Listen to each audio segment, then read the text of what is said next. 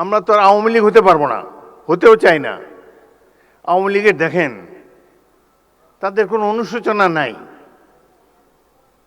এত অন্যায়, অবিচার, খুন, গুম, মানি লন্ডারিং, হত্যা, নির্যাতন, আয়নাঘর, এতে তারা কোনো লজ্জাবোধ করে না তো।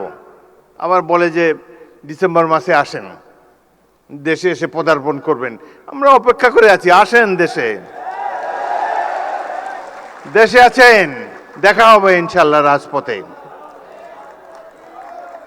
27 বছর বয়সে মুক্তিযুদ্ধ করেছি, এখন 82 বছর বয়সে আরেকটা করব বাংলাদেশের জন্য। বাংলাদেশের জনগণের শাসন, গণতন্ত্র চিরস্থায়ী করে যাব আমরা। রক্ত দিয়েছি এই দেশের জন্য, যুদ্ধে আহত হয়েছিলাম 1971 সালে। এই ধরনের বাংলাদেশ দেখার জন্য নয়।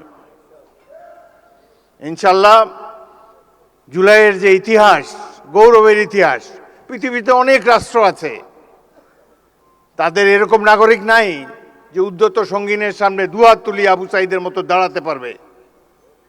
কোন জাতি এত সাহসী? আমরা সেই জাতি, তাদেরকে নিয়ে আমরা গর্ববোধ করি। আপনারা যারা এখানে এসেছেন, জুলাই যোদ্ধারা, মন খারাপ করবেন না। যারা জীবন দিয়ে গেছে 71 সালে, তারাও কিছু পায় নাই। আপনারাও যা প্রাপ্য হয়তো পাবেন না, কিন্তু এই সরকারের কাছ থেকে নিশ্চয়ই সম্মান আপনারা পাবেন। আমরা সেই সম্মান আপনাদেরকে দেব।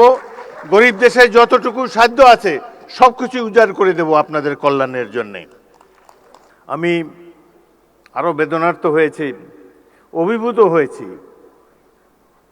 মা তার অন্ধ ছেলেকে নিয়ে এখানে দাঁড়িয়েছেন। তার ছেলেটি চোখ হারিয়েছে গণতন্ত্র পুনরুদ্ধারের জন্যে, আইনের শাসন কায়েম করার জন্যে।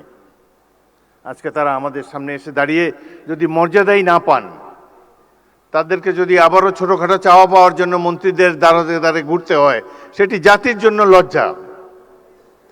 আমি আপনাদেরকে আশ্বস্ত করতে চাই, এখানে দুজন মন্ত্রী, নিচে জুনায়েদ সাকি মাননীয় মন্ত্রী চমৎকার বক্তব্য দিয়েছে।